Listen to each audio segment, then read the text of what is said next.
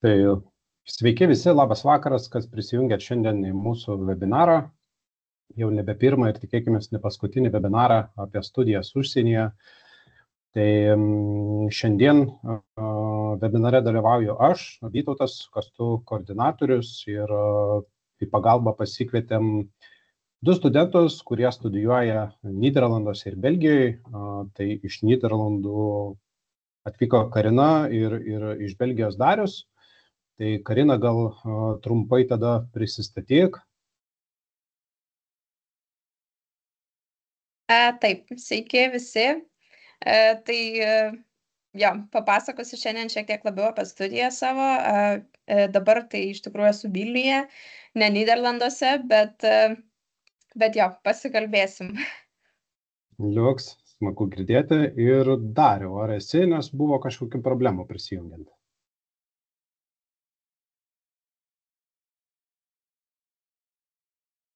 Nežinau, ar Darius jau prisijungia, turėjo šiek tiek problemų prisijungiant, bet kokiu atveju webinaro vidury, eigoje kažkada prie mūsų prisijungs ir prisistatys. Tai Dariau, kai būsi, jeigu dar nesi, tai duok žinot, tada duosim žodį ir tau šiek tiek pakalbėti, prisistatyti ir paskui, aišku, daugiau pasipasakot. Tai pradėsim galbūt nuo to, prisistatysiu aš, kaip ir minėjau, esu Vytautas, Kastu studijų užsienyje koordinatorius, turiu nemažai patirties šitam darbe, Kastu dirbu jau 12 metų, dirbti pradėjau iš karto pabaigęs bakalauro studijas, tai per šitą laiką esu sukaupęs tikrai nemažai patirties ir daug žinių, esu aplankęs didžiąją dalį universitetų pats, tai turiu tų žinių ir su jumis dalinuosi visais stojančiaisiais. Tai kas pirmą kartą prisijungia, tai gal trumpai tada prabėgsim apie tai, kas mes esam ir kuo mes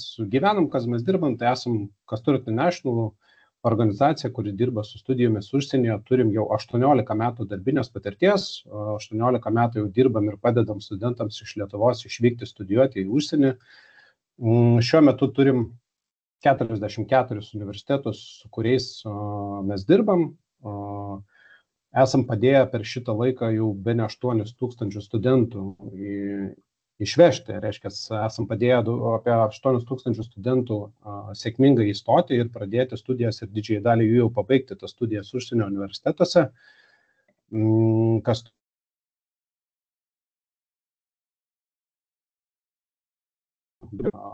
Nyderlandai, Belgija, tos pagrindinės šalys, apie kurias šiandien daugiausiai ir kalbėsim. Be šitų šalių mes taip pat dirbam su Danija, Suomija ir Švedija, bei turim Vokietiją ir Ispaniją, kuriuose šalyse šitose dviejose paskutinėse mes dirbam kažkiek kitokiu principu negu visose kitose šalyse, bet apie tai taip pat pristatysim. Ko dar nepaminėjau, kas yra pakankamai svarbu, tai visi, kas dalyvaujat, kas turėsit kažkokių tai klausimų, tai drąsiai juos rašykite į chatuką. Pokalbio webinaro gale apžvelgsim visus jūsų klausimus ir juos tiek aš, tiek Karina ir Darius juos atsakysim, stengsimės kuo išsamiau. Tai nuo ko norėčiau pradėti, koks dažnas klausimas būna tiems, kas domisi, kas planuoja, ketina studijuoti užsienyje. Tai labai daug informacijos, ta informacija yra visur internete ir jos yra tiek teisingos, tiek neteisingos. Tai pagrindiniai dalykai, apie ką dažniausiai studentai kalba, tai yra įvairiausi mitai, dėl ko jie sprendžia vykti studijuoti ar nevykti studijuoti. Tai vienas populiariausių mitų yra, kad studijuoti užsienyje brangu. Tai nėra visai tiesa. Iš esmės galėčiau paneigti tą mitą, todėl kad yra labai daug šalių, kuriuose tos studijos arba nieko nekainuoja, arba jos kainuoja kai kuriais atvejais pigiau negu Lietuvoje. Kaip pavyzdys yra Nyderlandai ir Belgija, šitos šalis, kuriuose mes dirbam ir kur studijas reikia mokėti. Tai Nyderlandai yra 2101 euras už vienerius studijų metus, Belgijoje šiek tiek pigiau 1157 eurai. Ir tas pragyvenimas nuo ko susideda? Jisai susideda nuo studijų mokesčio, pačio būsto, pragyvenimo, maisto ir visų kitų dalykų, ką mes susiduriam kasdien, nesvarbu, kur mes studijuotam, ar užsienyje ir Lietuvoje. Tai šitoj lenteliai, kurią mes dalinamės, tai yra pateiktos tiek studijų kainos, tiek vidutinės mėnesio išlaidos. tos vidutinės mėnesinės išlaidos skirtingose šalyse yra skirtingos priklausomai nuo pačio miesto galbūt, kuriame jūs gyvent, vieni miestai yra brangesni, kiti pigesni. Ir pateikėme lentelę informaciją apie tai, kaip studentai gyvena ir kiek jiems pinigų iš esmės reikia ir kiek jie gali tų pinigų turėti. Tai yra šalių, kurios suteikia paramas ir stipendijas, tai kaip pavyzdys yra Olandija, kuri suteikia pakankamai nemažą paramą. Ta parama skirta yra dirbantiems studentams, tai studentai greta studijų dirbdami gali gauti papildomas pajamas, tai yra paramas, kurios padeda pragyventi. Ir patikėm taip pat studentų atlyginimo lentelę. Paprastai sąlyga yra ta, kad studentai dirba bent 15 valandų per savaitę ir jie gali uždirbti vidutiniškai nuo 600 eurų per mėnesį. Tai matome tiek skirtingų šalių, tiek Lietuvos, kiek tos pajamos sudaro dirbant nepilną darbo dieną. Tai ta išvada yra tokia bendra pagal šitą lentelę, kad studijuoti užsienyje iš esmės kai kuriais atvejais yra pigiau negu Lietuvoje, nes tas darbo užmokestis yra kur kas didesnis negu Lietuvoje. Ir kai kuriais atvejais ir dirbant, ir greta studijų dar gaunant valstybės paramas, galima ne tai, kad pragyventi, bet ir dar papildomai susitaupyti pinigų, kurios galima vėliau naudoti kelionėms, pomėgiams, visokiausiams ir taip toliau. Tai va tas pirmasis mitas, kad studijuoti užsienyje brangu, yra neteisybė, netiesa. Atsižvelgiant į tai, kad tu studijuoja šitose šalyse, su kuriamis dirbam ir greta studijų dar dirbi, tai gali turėti tų pajamų kur kas daugiau ir jų pilnai pakanka tam, kad galėtum studijuoti užsienyje ir save išlaikyti. O Lietuvoje dirbant nepilną darbo dieną dažniausiai tau tų pinigų netgi nepakanka. Antrasis mitas, tai kad reikia labai gerai mokytis, taip pat nėra tiesa. Nemaža dalis užsienio universitetų bendrai studentų žiūri kaip asmenybę. Reikia tiesiog parodyti norą studijuoti tenai ir kai kuriais atvejais tie tavo akademiniai rezultatai mokykloje nėra viską lemintis. Ir tikrai nereikia mokytis pačiais geriausiais rezultatais tam, kad galėtum patekti į tikrai gerus užsienio universitetus ir studijuoti geras įdomias studijų programas. Tai Nyderlanduose ir Belgijai iš esmės universitetai priima be didelių akademinių reikalavimų. Žinoma, yra išimčių, yra programų, kurios turi pakankamai griežtus stojimo reikalavimus ir konkrečius, bet didžioji dauguma universitetų tikrai priima studentus ne su pačiais geriausiais rezultatais. Ką tai reiškia? Tai reiškia, kad įstoti tikrai nėra sudėtinga, tai reikia noro išsirinkti programą ir ją aplikuoti. Bet tai nereiškia, kad tenai galėsi nieko neveikti. Iš esmės tikrai reikia mokytis ir nėra, kaip yra paprasta įstoti, taip yra paprasta ir iškristi iš studijų. Tai įstoti tikrai nėra sudėtinga, bet taip pat reikės pakankamai uoliai mokytis tam, kad pabaigti tas studijas. Danija, Švedija ir Suomija, tos šalis, kurios šiek tiek griežčiau galbūt žiūri, ten yra svarbesnis tas tavo turimas pažymių vidurkis, tavo akademiniai rezultatai, tai paprastai tas vidurkis tavo turėtų būti nuo 7-8 priklausomai nuo šalies ir pačio universiteto. Vokietijoje ir Ispanijoje taip pat labai svarbu tiesiog tavo noras ir motyvacija tenai mokytis ir studijuoti. Trečiasis mitas yra baimė, kad nepavyks susikalbėti angliškai. Tai taip pat yra mitas, kurį yra labai paprasta ir lengva paneigti. Ta turbūt patvirtins ir mūsų šiandien prisijungę studentai, tiek Karina, tiek Darius. Reikia turėti omeny, kad visi studentai, kurie atvyksta studijuoti, jie atvyksta į tarptautinės klases, jų gimtoji kalba didžiai daliai nėra anglų kalba.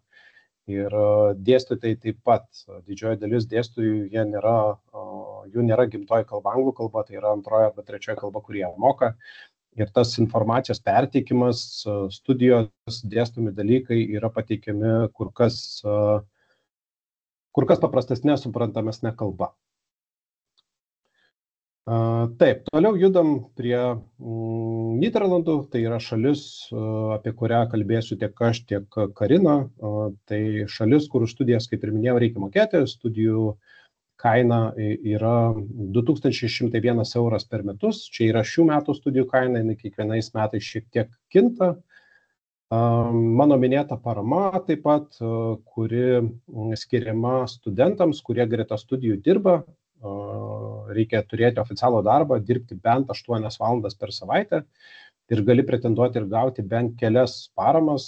Dalis jų yra grąžinamas, dalis negrąžinamas. Yra finansinės ir nefinansinės paramos, tai finansinės yra stipendijos, nefinansinė parama tai galėtų būti viešo transporto lengvata, reiškia, yra galimybė nemokamai Olandijoje viešojo transporto naudotis arba su didelė nuolaida.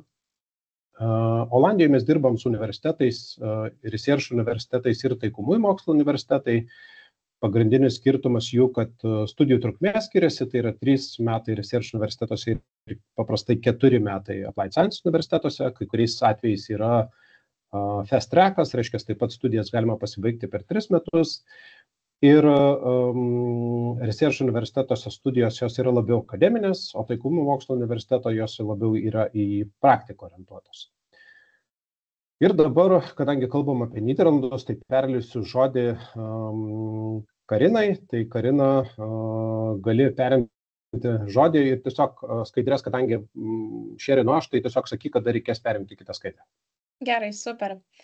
Tai jo, dar kartą sveiki visi, kas nematė. Tai esu Karina, man 22 metai ir studijuoju Nyderlanduose, studijuoju Breda University of Applied Sciences Creative Business programą. Tai iš tikrųjų tikrai neturėjau svajonės studijuoti užsienyje ir tikrai nebuvo taip, kad visą laiką norėjau. Tai buvo labai labai staigus sprendimas, kurį priėmiau po mokyklos turėjusi gap yearą. Ir tiesiog, kadangi turėjau ir finansinę galimybę dirbdama ir tiesiog nusprendžiau, kad galbūt būtų visai įdomu pasibandyti, kadangi Lietuvoje kažkaip nežinau, ką noriu studijuoti, nežinau, kur noriu eiti. Ir buvo tokis labai didelis pasimetimas, tai nusprendžiau, kad o kodėlgi ne. Ir iš tikrųjų tas sprendimas turbūt buvo vienas geriausių, kurį esu priėmusi, nes tikrai tiek ta patirtis, tiek apskritai pats gyvenimas tikrai labai fainas yra užsienyje, tai tikrai papasakosiu šiandien daugiau iš tikrųjų, ką veikiu ir kaip viskas vyksta. Tai galim perjungti kitą skaidrę.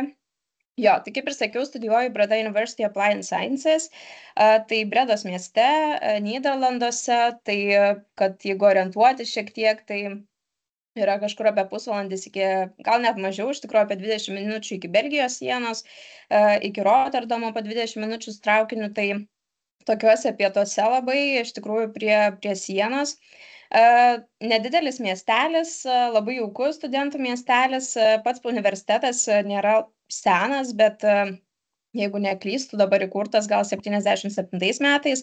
Tai yra keltos šitos nuotraukos, tai tas pagrindinis, kuris toksai kaip pilies didelis pastatas, tai įdomus toks faktas, kad tai yra buvęs vienuolynas, tai jis yra adaptuotas universitetui ir kita nuotrauka, kur matot kavinę, tai yra padarytas iš vidinio kiemo kavinė. Tai turim tokią labai fainą jaukią erdvę, kur ir studijuoti galima ir valgyti ir susirenka tiesiog visi. Kita nuotrauka, kur matot kėdes, tai yra mūsų koplyčia, jinai vadinama chapel, tai yra buvusi koplyčia būtent vienuolyno, kurioje vyksta įvairiausi diplomų teikimai, renginiai ir panašus dalykai. Žodžiu, viskas, kas faina. Tai man labai keistas dalykas, bet tai yra turbūt kaip Kotrynos bažnyčia čia Lietuvoje, tai pritaikyta, žodžiu, renginiams įvairiausiams, tokia labai didelė jauki vieta. Na ir kita nuotrauka mažesnė, tai yra mūsų pastatas, tai yra naujausias pastatas iš tikrųjų pastatytas, kur jeigu studijuosit būtent Creative Business programą, tai būtent būsit tame pastate. Tai toks naujesnis įrengtas, iš tikrųjų nėra to tokio vienuolyno galbūt jausmo, bet iš tikrųjų visi pastatai yra labai fainai atnaujinti, daug įvairiausių studijavimo erdvių ir kabinės kiekviename pastate. Tai tikrai, žodžiu, yra ir kur, ir ką daryti, ir jo, tikrai toks labai fainas jaukus universitetas su ganėtinai dideliu kampusu. Galim į kitą skaidrę. Taip, tai dabar papasakočiau iš tikrųjų apie savo studijų programą. Tai kaip ir sakiau, studijuoju Creative Business, esu 3 kurse šiuo metu. Ir kaip ir sakiau, pradžioje minėjau, tai dabar esu Vilniuje, ne Nyderlanduose. Šį pusmetį atlikinėjau darbo praktiką Vilnius Coding School čia Vilniuje. Tai kitą semestrą vyksiu į mainų programą ir tada jau grįšiu į Nyderlandus. Tai vat dabar paskutinį kartą buvau vasario mėnesį ir žodžiu, turėjau savo paskutinį tokį prieš paskutinį semestrą Nyderlanduose, kuris kitas jau bus tik tai kitą pavasarį. Kadangi tai pasirinkau, tai studijų programa susideda iš 4 kursų, tai yra verslas plus kūryba, tai sudėjau labai daug nuotraukų, kadangi pati esu labai vizualus žmogus ir man patinka tiek pačiai fotografuoti, tiek man patinka, kai kiti žmonės man rodo nuotraukas ir man lengviau įsivaizduoti, tai vat, kad žinotumėt maždaug kaip atrodo. Tai pati studijų programa turi be galo daug projektų iš tikrųjų, tai kas ieškot kažko tokio kūrybiškesnio, kur nebūtų tik teorija, tai čia tikrai yra ta studijų programa, kadangi projektų turim N ir kiekvienas semestras susideda iš vieno didelio projekto ir daug įvairiausių mažesnių. Ir aš visą laiką, kaip manęs paklausė, ką tu studijuoji, tai sakau, kad tai yra tokios studijos apie viską ir kartu galbūt reikia labai pasirinkti sritį, kurioje tu nori specializuotis, kad tu, kad tu kažką tai išmoktum tokio vat vieno. Tai moku tiek Adobe Photoshop'u naudotis, tiek filmuoti, prodiuserė esu buvusi. Tai žodžiu, tokių daug visokių dalykų išmoksti, kur tikrai labai kūrybai prisitaiko. Tai verslo turėjom ir ekonomikos kursą, turim marketingo kursą, šiuo metu praktiką atlikinėjau su marketingo susijusioje praktikoje kompanijoje, tai ir ekonomika, ir marketingas, ir management. Kiekvienas projektas turi savo marketingą, kadangi praktiškai kiekvienam projektui turime kurti įvairiausius social campaigns, tai daug to marketingo tikrai labai įeina, bet iš kūrybinių projektų tai teko kurti žurnalą, teko kurti trumpametražį filmą, kuris galbūt buvo tas mano toks pats mėgstamiausias projektas, kurį turėjome. Tai va tos pirmos nuotraukos, kur aš esu su clapping boardu, tai buvau prodiuserė būtent šį trumpametražio filmo ir mūsų filmas buvo Remnants. Iš tikrųjų, kam nors įdomu, tai YouTube jis vedė pavadinimą, aš esu įkėlusi vaizdo įrašą, kaip atrodo, tai buvo 5 minučių trumpametražis filmas. Tai labai įdomi patirtis, labai faina ir tikrai kas nori išmokti tiek produsavimo, tiek režisavimo, galite rinktis, ką nori daryti. Tai tikrai labai patiko ir buvo labai įdomu. Praeitais metais 2 kurse turėjome dokumentiką, tai čia neįkėliau niekur nuotraukos, bet 2 kurse turėjome live TV show. Tai pas mus universitete yra pati studija irgi live TV show, kur turėjome kurti savo, žodžiu, siužetus, 30 minučių gyvai paleistą TV laidą, kur turėjome turėti įvairiausius tuos segmentus laidos ir panašiai. Tai vat matot mūsų kampe studiją, kaip atrodė, tai filmavome TV show apie walking šokius, kas ir man buvo labai naujiena didelė, tai ir man pačiai buvo labai įdomu ir tiesiog apskritai labai fainas dalykas. Apačioje matot nuotrauką, kur yra ir kameros, ir audio, tai viena nuotrauka yra iš mūsų trumpametražio filmo filmavimo, kur tokia kaip bažnyčios erdvė, kita yra iš mūsų advertisement filmavimo, tai reklaminio tokio klipo 5 minučių, kurį turėjome irgi sukurti. Ir turim tokį naują principą, iš tikrųjų pas mus programoje, vadinasi Production House, tai kiek man yra sakyta, jeigu universitetas nemeluoja, tai yra vienintelis dalykas, ką turi Nyderlandai. Nyderlanduose būtent vieninteliam universitete šitas dalykas yra pritaikytas. Tai Production House yra toksai kaip ir projektas, kurį tu atlikinėjai visą semestrą, bet tam yra paskirta diena. Tai pavyzdžiui, kai pirmais metais tai buvo įskaičiuota į kursą, tai kai kūrėm žurnalą, tai buvo mūsų Production House projektas, kurį mes atlikinėjome, ir trumpametražis filmas taip pat buvo Production House projektas, bet 2 metais turime tokią galimybę pasirinkti specializacijas. Tai gali rinktis iš radio, marketingo, TV, AV, kas yra audio visuals, gali rinktis iš publicistikos ir, jeigu neklystu, design experience ir interactive design, kas yra app sukūrimas arba renginių organizavimas. Tai antrais metais turi galimybę pasirinkti, kur nori specializuotis, kadangi, kaip ir sakiau, vat, yra studijos, daug visko susideda. Tai yra galimybė, kad jeigu jūs norit būti prodiuseriais, pavyzdžiui, arba režisieriais, jūs galite rinktis visus semestrus AV ir daryti projektus, kurie būtent susiję su kažkokiu filmų kūrimu ar, nežinau, TV laidų kūrimu. Jeigu įdomu marketingas, tai dirbat su tikrais klientais, kuriate kompanijas tikriem klientam. Tai aš pirmais metais buvau radijoje, tai apačioj ten yra mano laida, turėjom Popcorn Talk antrą semestrą, kadangi pirmas buvo toksai susipažinimas su pačiu radiju, vis tiek turi mokėti naudotis įrangą, studiją ir panašiai. Tai labai fanas dalykas, kad kam įdomu radijas, tai turime universitetą savo radijo studiją.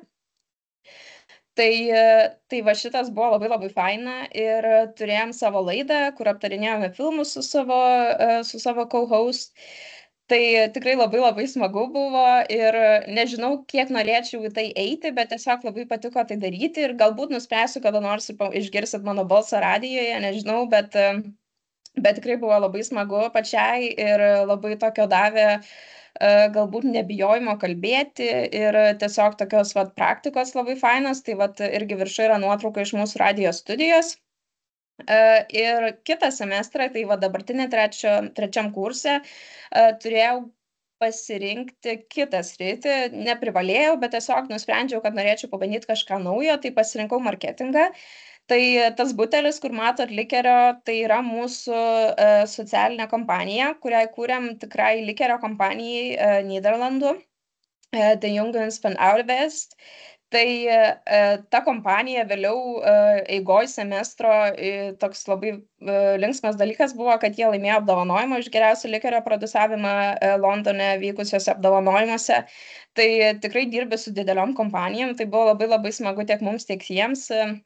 Jiems labai patiko mūsų rezultatas, jiems kūrėm reklaminį filmuką ir kadangi buvo prieš Kalėdas, jie labai norėjo irgi, kad sukurtumėm tokį šventišką, linksmą, žodžiu, filmą. Tai jo, tai vat buvo labai labai smagu ir sakau, kai laimėjau ypatingai, tai tiesiog tokį parodo, kad tikrai dirbi su dideliam kompanijom ir labai labai smagu yra šitas dalykas.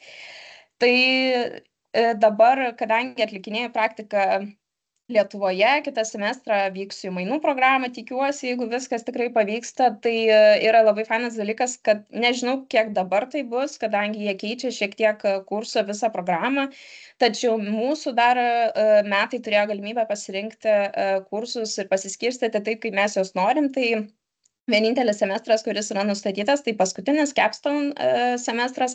Visus kitus galėjau pasidėliokyti kaip nori, dėl to pasidariau, kad turėjau universiteto semestrą praeitą rudenį, dabar turiu praktiką, tada mainus. Galėjau padaryti atvirkščiai, kad turėčiau pirmiausiai mainus, tada praktiką. Žodžiu, kaip galėjau pasidėlioti. Tai nežinau, kiek tai bus vėliau, kadangi keičia šiek tiek, bet dabar bent jau turėjau tokią galimybę, tai daug visokių projektų, čia viršui pati dalyvavau Live TV show, mane pakvietė pabūti kaip tokia kaip aktorė, galbūt vedėja, tai turėjau dalyvauti pasimatymų šou, tai buvo irgi labai labai fainas, linksmas projektas, tai tiesiog jo, tų projektų labai labai daug, tai kas ieškot kažkokios tokios labai įdomios ir bet kažkas mačiau klausimuose, kad būtų praktinė veikla, tai tikrai čia yra būtent ta studijų programa, kur praktinės veiklos turėsit labai labai daug ir programuoti išmoksit, ir marketingo, ir trumpametražius filmus įvairiausius, tai žodžiu tikrai eiti yra kur, tik reikia pasirinkti. Tai galim pereiti kitą skaidrę. Tai kaip ir sakiau, gyvenu Bredos miestelėje, tai labai nedidelis, toks labai jaukus miestas, aš sakyčiau tikrai labai tinkamas studentam, nes yra tiek klubų, tiek barų, tiek įvairiausių dalykų. Kas vyksta studijuoti, tai labai rekomenduoju prisijungti prie Erasmus Student Network, kas iš tikrųjų rengia labai labai daug įvairiausių studentiškų renginių. Tai labai labai visą laiką smagu būna, jie būna gan dideli, tai jo, toksai tipsas, žodžiu, jeigu vykstat.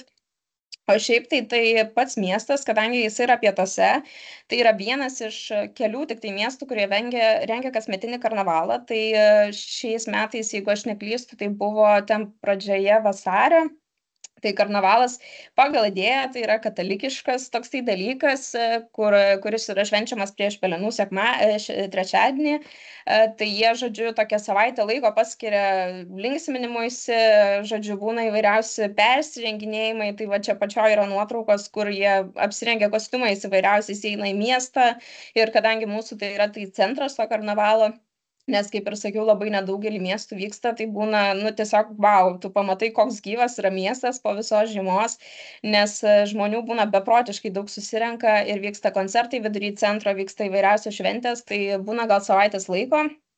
Toksai, vat, žodžiu, pasilinksminimas, tai ypatingai studentam tai čia yra labai labai smagu, bet ne tik studentai švenčia, bet ir įvairiausius suaugę žmonės tikrai pamatys ir 60 ir 70 metų moteris apsirengusios ten įvairiausiais karnavališkais rūbais.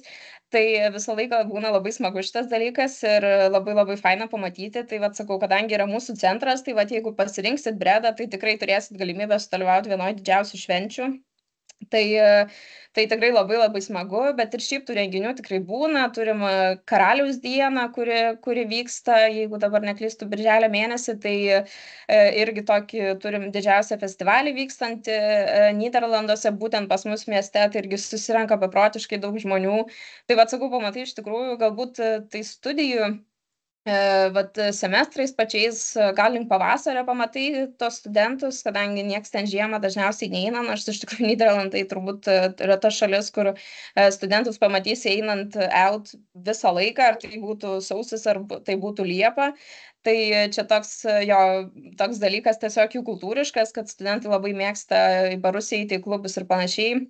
Ir linksmintis, ypatingai ketvirtadieniais, kas man irgi buvo labai labai didelis šokas kultūrinis, kad penktadienį tau reikia į paskaitas keltis, o tu eini kažkur tai out su draugais. Tai vat, čia toks labai labai kultūrinis dalykas, bet vėliau kaip ir pranti iš tikrųjų, tai jau viskas tvarkoj.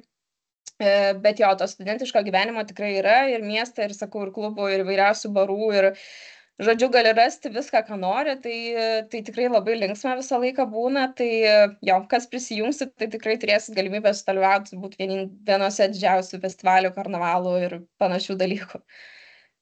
Jo, galim perkelti tada į kitą skaidrę, tai vat, kaip ir minėjau, tos karnavalus, tai jo, tai vat laisvam laikė mėgstu labai pati iš tikrųjų eiti irgi ir out kažkur tai į naktinius klubus, į barus ir šventėse dalyvauti. Ir čia vat matot tiek apačioj nuotraukas iš Halloweeno mūsų buvom apsirengę moterim juodais drabužiais. Būna įvairiausi Erasmus Student Network, tai vat tie renginiai, tai kur būna kartais iš tikrųjų net sunku biletą rasti, nes susirenka tiek studentų, kad tiesiog, nu, būna wow, sakau, pamatai, koks gyvas iš tikrųjų yra tas miestas. Ir galbūt kas labai faina yra, kad kai tu studijuoji užsienyje, tu turi labai labai daug draugų, kadangi tu nebeturi kitos išeities, tau reikia su kažkuo susibendrauti. Tai man yra labai pasisekę su mano klase pačio kurso, kadangi mes visos merginos labai labai fainai bendraujam ir tikrai rengiam įvairiausius renginius ir panašiai, ir tai yra labai labai smagu. Tai vat viršui matot mūsų pikniką, kai mes daromės iš tikrųjų visos sugrįžusios pavasaros atostogų, tokią tradiciją jau turim. Šiais metais kartu su savo draugėmis kurso vykome į Graikiją penkiese, tai vat labai labai smagu, tai vat turiu kelias draugės Ispanės, turiu Olandės, turiu iš Amerikos, iš Kinijos, iš Vietnamo, žodžiu, tas toksai international ratas, tai yra beprotiškai didelis ir labai labai smagu, nes galbūt Lietuvoje tu tokio šanso neturėtum, nesakau, kad tikrai ne visur, žinoma, ir Lietuvoje studijuoja be galo daug užsienio studentų, bet ypatingai tenai, ypatingai Nyderlanduose, tai užsienio studentų yra beprotiškai daug ir yra labai labai smagu, tai vat, sakau, tu susipažįsti su įvairiom kultūrom, su įvairiais žmonėmis ir aišku, tai atneša savo pliusų. Pavyzdžiui, turiu kambariokę, kuri turi namą Graikijoje, tai kai šiais metais vykom į Graikiją, turėjom galimybę nemokamai apsistoti, tai lygiai tas pats su Ispanija, kitais metais planuojam Ispanijos kelionę, kadangi draugės yra Ispanės, tai aplankyti turim ką ir nemokamai, tai va čia toks labai, labai didelis pliusas. Jo, bet va tas pažintis, tai jos iš tikrųjų labai, labai daug visko atveda ir šiais metais vienose didžiausių koncertų sudalyvavau, tai buvo Olivija Rodrigo Belgijoje atvykusi, buvo Taylor Swift, kur irgi kažkokiu stebuklingu būdu pavyko gauti bilietą, šiaip ne taip, irgi turbūt didžiausia arena buvo, kokioje buvusi ir visiškai soldautas, tai va irgi tie koncertai irgi yra tas, kad Nyderlandas ypatingai Amsterdame tikrai vyksta tarptautiniai koncertai. Va, ir kas labai faina, kad tos šalis yra iš tikrųjų netoli mūsų, tai šiais metais turėjau galimybę į Paryžių nuvykti, kas, jeigu dabar neklystu, važiavom gal 6 valandas su traukiniu, kas irgi yra labai netoli palyginus. Tai iš tikrųjų viskas labai puikiai, susisiekimas labai puikus, kažkur nuvykti, kažką daryti, tas oro uostas pats Amsterdamo yra labai didelis, tai labai patogu kažkur vykti į didesnės šalis. Tai iš tikrųjų, nežinau, man asmeniškai tai yra labai labai nuostabi patirtis ir tikrai labai labai džiaugiuosi šito dalyku, kad pasirinkau būtent studijuoti užsienyje, nes, sakau, tiek international draugai, tiek visos kelionės, viskas ir tiesiog pamačiau, ant kiek tu gali va, tą gyvenimą tokį įvairų gyventi ir kiek visko vyksta. Ir vat, kai ruošiausi šiai prezentacijai, iš tikrųjų atrodo, galbūt nieko tokio nedarai, bet tada, kai pradėjau žiūrėti nuotraukas, žiūriu, kad ir tą noriu įdėti, ir tą noriu įdėti, ir tą nuveikiau. Ir tu supranti, kiek spalvingas tas gyvenimas yra, tai iš tikrųjų visko renginių daug.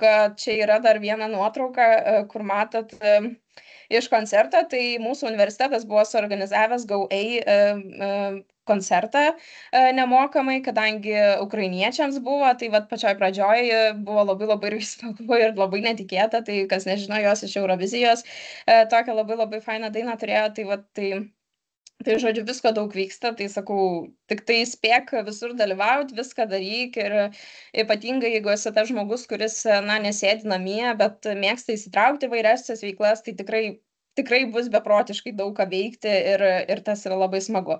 O ateityje iš tikrųjų, kadangi vat, pradėjau galvoti, ką čia norėčiau veikti tai vat, kažkaip nusprendžiau turbūt, kad teks pagyventi man užsienyje ir norėčiau, galbūt ne visam, bet tikrai būtų smagu bent kelis metus, kadangi, kaip ir Vytautas minėjo, tai tie atlyginimai yra daug geresni iš tikrųjų Nyderlanduose ir dirbant, tu tikrai gali labai daug užsidirbti, tai vat, galbūt mano ateities planai ir būtų iš tikrųjų, kad pagyventi kelis metus, žinoma, čia viskas priklauso ir aš nežinau, kaip čia viskas vyks, bet jeigu viskas tvarkoja, pagyventi kelis metus, galbūt užsidirbti ir galbūt jeigu nuspręsiu likti, o galbūt ir grįžti į Lietuvą, tai nežinau, bet dabar iš tikrųjų tikrai, sakau, labai labai smagu yra ir čia gyvendama Lietuvoje noriu grįžti į Nyderlandus, o gyvendama Nyderlanduose noriu grįžti į Lietuvą, tai čia toks labai persiplėš sunku, nes čia mane laiko šeima, o ten yra dabar jau visi draugai, visas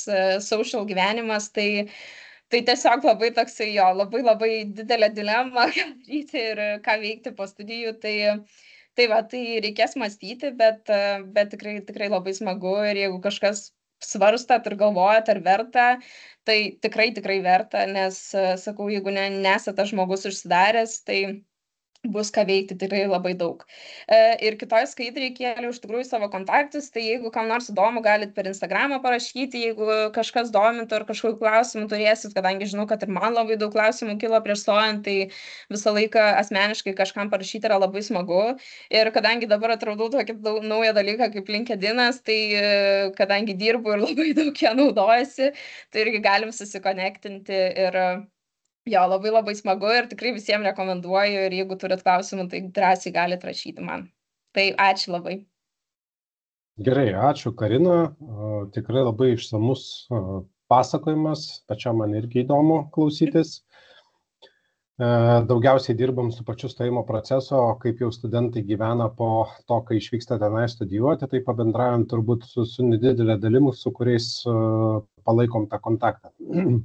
Toliau judam su Belgija, tai trumpai apie Belgiją, paskui perleisiu žodį Dariui, jisai tikrai daugiau papasakos, kadangi ten jau studijuoja, tai Belgija yra ta šalis šalia Olandijos, dirbam Belgijoje su ta olandiška dalim, reiškia, jie labai arti yra Olandijos pačio principo, švietimo sistemo ir modelio, ten studijos paprastai yra trumpesnės ir pigesnės.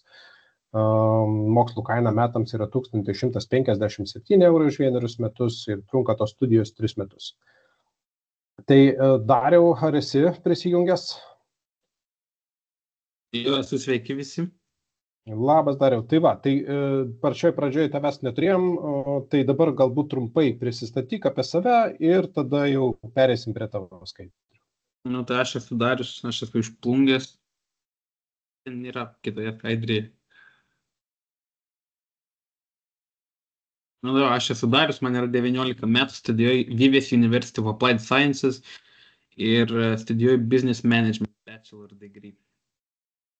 Čia studijas pasirinkau. Okay, taip, sakyk, kai reikės perėti skaidrės. Čia apie tą visą kreditų sistemą aš labai daug nepasakysiu, jeigu įstosit, jeigu studijuosit, patys daugiau sužinosit, čia tik vienas kreditas 30 valandų, tai čia skamba labai daug, bet iš tikrųjų tai nėra daug, nėra baisiai, tiesiog.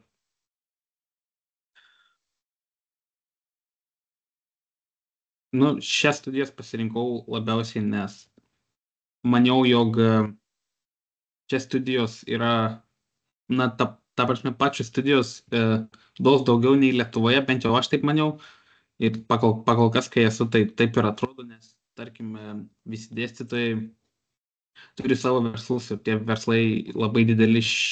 Vienas dėstytojas turėjo verslą už 200 milijonų.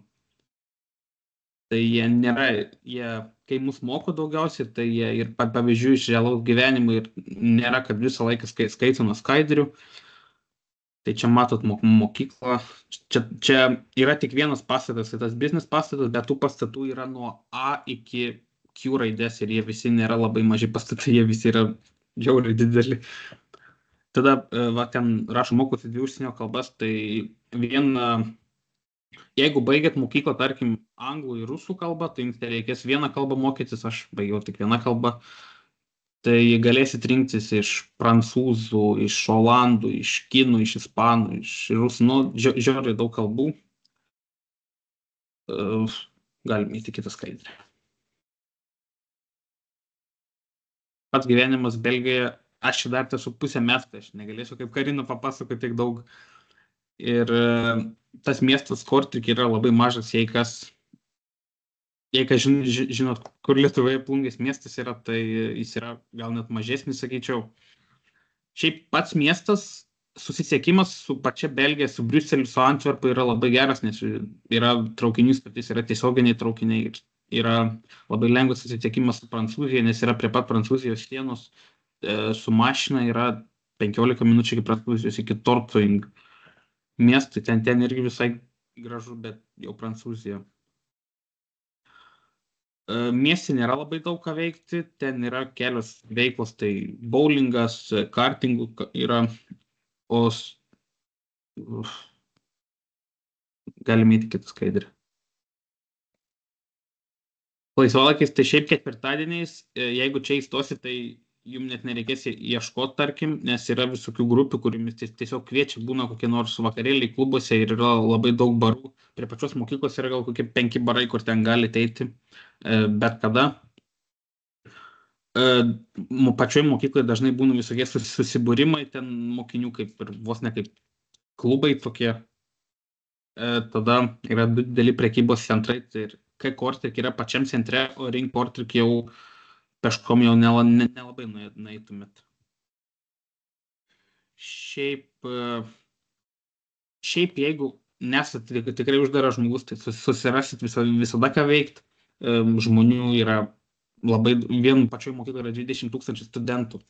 Tai tikrai rasit su kuo pabendrauti ir tikrai, bet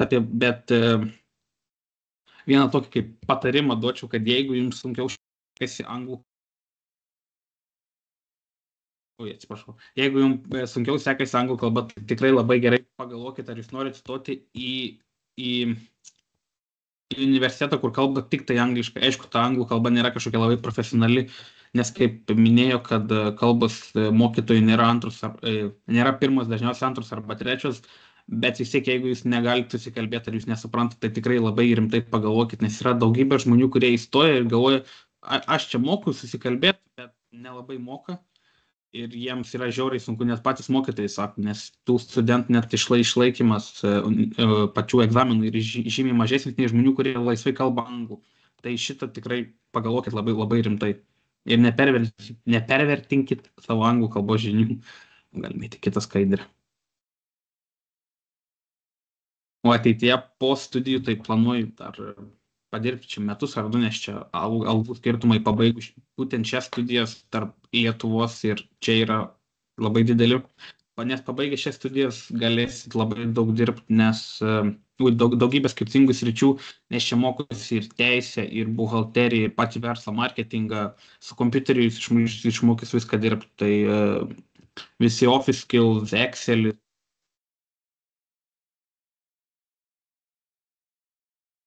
Manau, kad viskas. Na, aš nesu dar labai čia ilgai, net neturiu labai daug ko papasakoti. Gerai, viskas tvarko, dariau. Vis tiek smagu, kad prisijungė, kad daliniesi. Aš galbūt noriu paklausti dėl tavo pasirinkimo. Kodėl pasirinkai tas studijas Belgijoje, kodėl pasirinkai Vives, ar turėjai kažkokių tai kitokių alternatyvų pasirinkimų? Pradžioj aš pats žadėjau stoti Breda University, bet paskui paskaičiavau, kad gal Belgijoje bus pigiau viskas. O šias būtent studijų kryptį pasirinkau, nes šeimoje yra verslas ir ateityje kažką planuoju su to daryti. O Vives universitetą pasirinkau, nes šiaip miestas iš tikrųjų, jeigu žiūrint iš pragyvenimo pusės, jis nėra labai brangus ir nuoma čia nėra tokia brangi, bet su nuoma, jeigu kas ieškosit, tai būkit nusiteikę, kad jeigu negyvensit barakuose, tai kad bus labai sunku. Nes mes esame atvažiavę dviesi su mergina, tai mums truko susirasti būstą apie mėnesį laiko. Ir tai ten labai dar pasisekė, nes žmogus vos ne pats parašė ten. Ir niekada, jeigu būsit visokiose Facebooko grupėse, ten, tarkim, Kortrik, ten housing, tai 90% netikėkit, ką jie ten rašo. Nes pats buvau vos neapsigavęs, ten labai daug netikrų nuotraukų. Ir jeigu jau nurado, tikrai jo labai daug skemų. Ir jeigu jau atrodo, kad rado gerą variantą, būtinai įsidėkit nuotraukas į Google ir jums išmes, ar yra toks būtas, nes susiradom gerą būtą, jau viskas gerai, jau pravedėm pinigus, įsidėjom nuotrauką, o būtas Paryžiui. Bet išėjo atgauti visus pinigus. Tai jokių problemų. Visai madinga istorija, kad pavyko atgauti pinigus, jo? Jo. Tai su būstu čia yra tikrai labai sunku. Ir jeigu atvažiuotumėt, mes atvažiavom rugpjūčio pradžioj, kad galvojom susirasim būtą iki spalio pradžios, tai čia kaip patarimas, jeigu išeina, tai žiūrėkitės viešbutį ar kažkokį Airbnb Prancūzijoje Torcoing, nes ten jūs sutaupysit, jeigu ilgiau būsit, galite net 1000 sutaupyti. Mes tokius 700 sutaupėm, vien tai, kad buvom ten, ne pačiam Kortrike. Aha, tai jūs iš pradžio atvykot, gyvenot tenai, ar ne, rugpjūčio pradžioj ir jau turėjot būstą, ar tenai reikia ieškojot? Ne, mes atvažiavom, pirmas kelias dienas pasivaikščiojom po įmonės, ten pasiklausinėjom apie tus būtus, davėm dokumentus ir tada tiesiog reikėjo laukti. Tai kol laukiam, tiesiog buvom viešbučiuose, visokiuose Airbnb. Ir dar patarimas, bet čia jau kaip asmeninis, iš pačio patirties. Jeigu išeinat, tai atvykit čia su mašina, bent jau aš tai esu labai laimingas tai padaręs, bet aišku, jeigu yra galimybė, bet pasižiūrėkit būtinai draudimus, ten viskas pasižiūrėkit, ką reikia. Arba jeigu norėtumėt pirkti mašiną čia, tai geriau, jeigu tarkim dabar išsilaikė teisės, tai geriau palaukit ir pirkit čia mašiną nei Lietuvoje, nes čia yra viskas iš mašinų pusės yra geriau. Ir tikrai rasit geresnį variantą už tokią pat sumą nei Lietuva. Čia tokie patarimai asmeniniai. Gerai, liuks, labai spragos, labai daug klausimų yra apie tokius dalykus. Ar verta važiuoti su savo automobiliu, ar neverta, tai kaip suprantu, tavo atveju visai automobilis naudingas, ar ne? Daug tenka kasdien naudoti, ar ne? Jo, kiekvieną dieną, kai važiuoju į mokyklą, tada parduotuvė man nėra toli, tai jeigu nereikia kažko labai daug, tai tiesiog pėsčiom nueini. Bet ir tai jau atsidaro, yra paprasčiau, tarkim, nuvažiuoti iki Briuselio, nes Briuselio 600 km yra nuo šio miesto ir viskas paprasčiau. Nereikia su autobusais, su traukiniais, nes su traukiniu nelabai patiko į oro uostą važiuoti, nebekartočiau daugiau. Nes dabar Belgijoje su pabėgėliais yra labai didelė problema ir ypač Briuselėje ir Antverpe, tai jeigu būtumėt ir keliautumėt, tai jau pasižiūrėkit, kur eiti, kur neiti geriau. Ok, supratau. Ir dar naudingi tipsai. kaip patarimas, kai jeigu būtų ieškot, tai būtinai turėkit tėvų algalapis atsispausdinę, bus viskas žymiai paprasčiau tada. O koks laikotarpis reikalingas, pusės metų? Jo, aš turėjau pusės metų. Ok. Liuks. Jo, tai čia vieni iš tų dalykų, tie patarimai tokie prieš išvykstant studijuoti, yra vienas iš tų tipsų, kuriais mes taip pat daliname su stojančiaisiais, tai kai ateina vasaros laikas, kai jau rami galva nuo egzaminų, mes pradedam dalintis tą informaciją, ko reikia prieš išvykstant studijuoti. Gerai, ačiū Dariau, judam toliau, tai dar trumpai pakalbėsime apie kelias likusias šalis, su kuriom mes dirbam. Tai viena iš jų yra Danija, Skandinavija šalis, kur mokslas yra nemokamas, už studijas nieko nereikia mokėti, bakalauro studijų trukmė yra 3 metai, universitetuose, jeigu tai bus koledžai ir akademijos, tai 3,5 metų, magistro studijos paprastai tenai trunka 2 metus. Kuo Danija patraukli, tai tuo, kad ten už studijas nereikia mokėti, bet jie taip pat turi paramų sistemą, vadiname su stipendija, kur taip pat studentai dirbdami greta studijų taip pat gali gauti tą paramą. Tos paramos dydis šiais metais yra 950 €. Jie gauti taip pat nėra sudėtinga. Tai kas galvojat apie studijas Danijoje, tai šitą vietą turiu nuvilti, nes stojimai šiais metais į Daniją jau yra pasibaigę. Tie, kas planavo, ketino, jau yra išsiuntę stojimo kitas ir laukia atsakymų.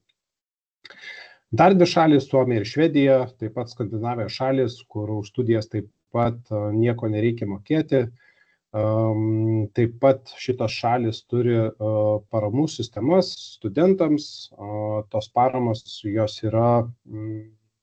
turi tam tikras sąlygas, kuris reikia atitikti. Vienas iš tų sąlygų taip pat yra darbas, geri akademiniai rezultatai. Žodžiu, Suomija ir Švedija yra tos šalis Skandinavų, kur taip pat studentai už studijas nieko nemoka ir gali gauti ir naudotis teikiamomis paramomis skirtomis tarptautiniams studentams. Dar 2 šalis, Vokietija ir Ispanija, tai yra šalis, kur mes dirbam šiek tiek kitokio principo negu visur kitur, nes visur kitur mes dirbam su universitetais ir siūlom tenai bakalauro studijų programas. Čia mes turim tokį vieną papildomą žingsnį, tai yra papildomi metai, sakykime taip, University Pathway programa, kuri veda į studijas tos šalies kalba. Tai Vokietijoje studijos yra nemokamos, Ispanijoje studijos yra mokamos ir priklauso nuo regiono, nuo pačio universiteto ir kainuoja nuo 800 iki 2,5 tūkstančio, sistema labai panaši kaip Lietuvoje. Tik tais, kaip ir minėjau, ta šalis, kur tam, kad galėtum tenai studijuoti, reikia papildomai skirti, grubiai tariant, 1 metus tam, kad išmokti tos kalbos ir tada jau galėtum studijuoti toj šaly, pasirinktam universitete, pasirinktą studijų programą, Vokietijoje nemokamai, Ispanijoje už nedidelę sumą. Toliau, kaip visą tai įgyvendinti, turi idėją, norą studijuoti užsienyje, ką reikia daryti. Tai pirmas dalykas, nuo ko reikėtų pradėti, tai pačios studijų programos pasirinkimas. Užsukti pas mus į tinklapį, mes turim studijų paieškų sistemą, kurios pagalba, joje esančių rezultatų filtrų pagalba pagal šalis, kurios jūs domina, filtrai pagal sritis, kryptis.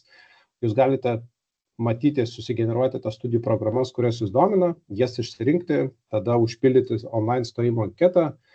Tai mes tos stojimus taip pat administruojam, tas administravimas vyksta, kad mes savo tinklapį turim labai paprastą online stojimo anketą, kurioje tiesiog prisidedi programas, užpildai, pateiki reikalingus dokumentus ir ją išsiunti.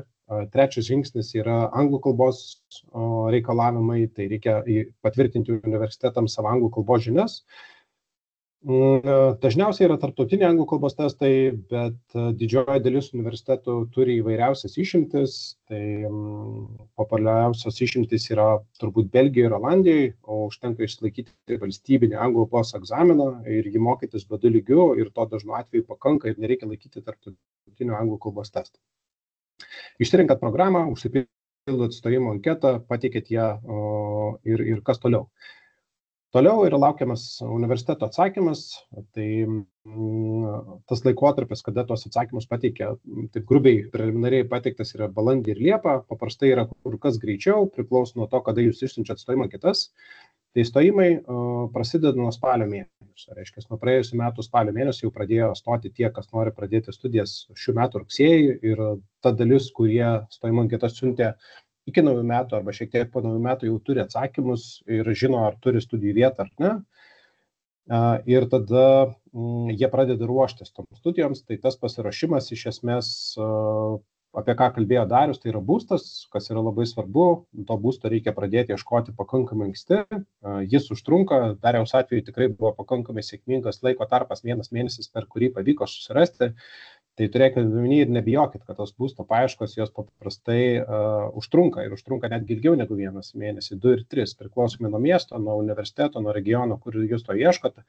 Bet čia jau reikia apsiginkluoti kantrybę ir tiesiog nenuleisti rankų ir to būsto ieškoti, vengti skemo. Kaip išvengti to skemo, irgi Darius labai puikų pavyzdį pasakė. Į Google Images tiesiog galima įkelti tas nuotraukas ir tu matysi, ar nėra daugiau tokių būsto skelbimų kitose miestuose, kitose šalyse su tom pačiom nuotraukom.